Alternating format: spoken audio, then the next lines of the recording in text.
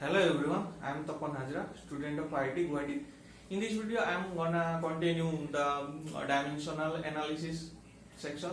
So let us continue without wasting time. For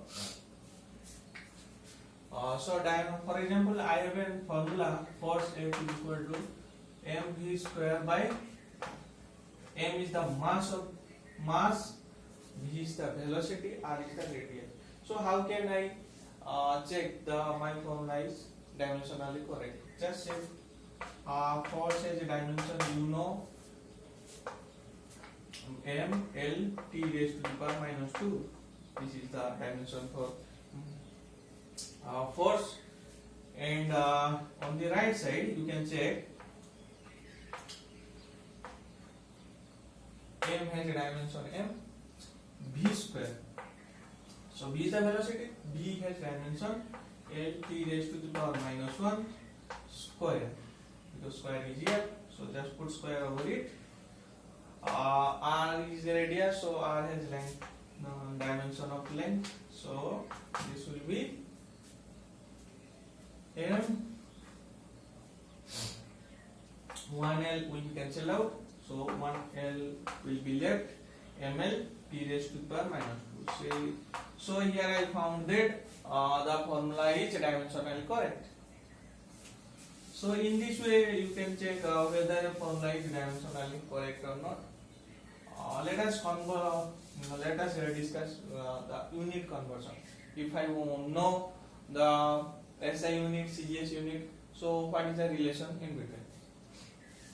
So for example, force has unit in SI unit. Force has SI unit Newton, and CGS unit is the dyne.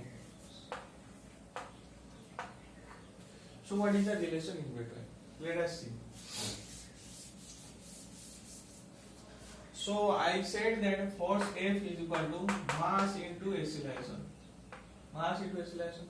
So mass has dimension. If I am talking about SI unit, it will be kg, and this will be acceleration will be meter per second square. So this is the SI unit. So if I break this one into gram, so it will be 10 to the power 3 gram. It will be this is meter. So 1 meter is 10 to the power 2 centimeter.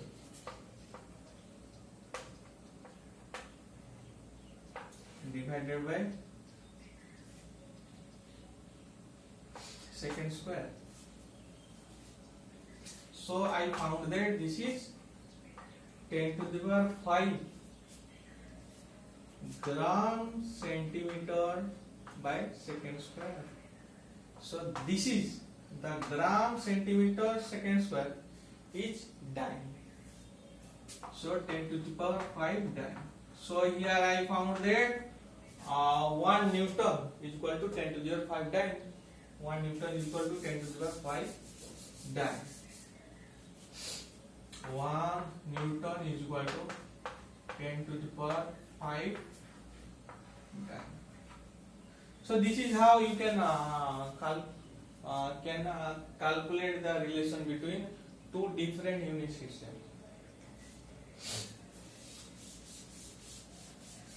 Suppose I have another example.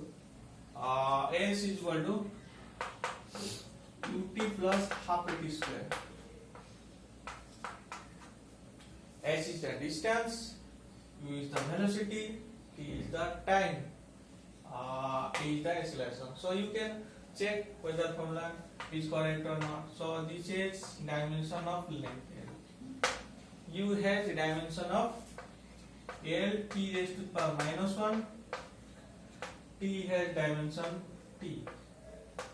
So you can see here t will be cancelled out.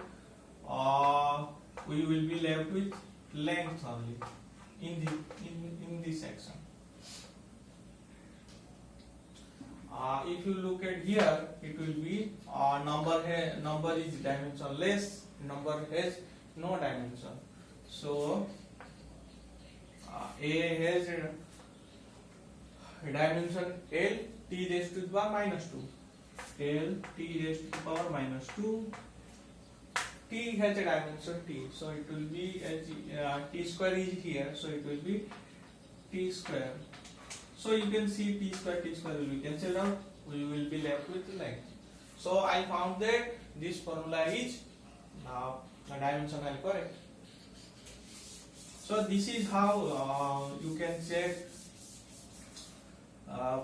whether a formula is correct or not. But just remember that every formula, those are dimensionally correct. They may be incorrect also. But if you found that a formula is dimensionally incorrect, you can assume that that formula is incorrect. That formula is not acceptable in physics community. So this was all about dimensional analysis. In the next video we will encounter with another topic. Thank you.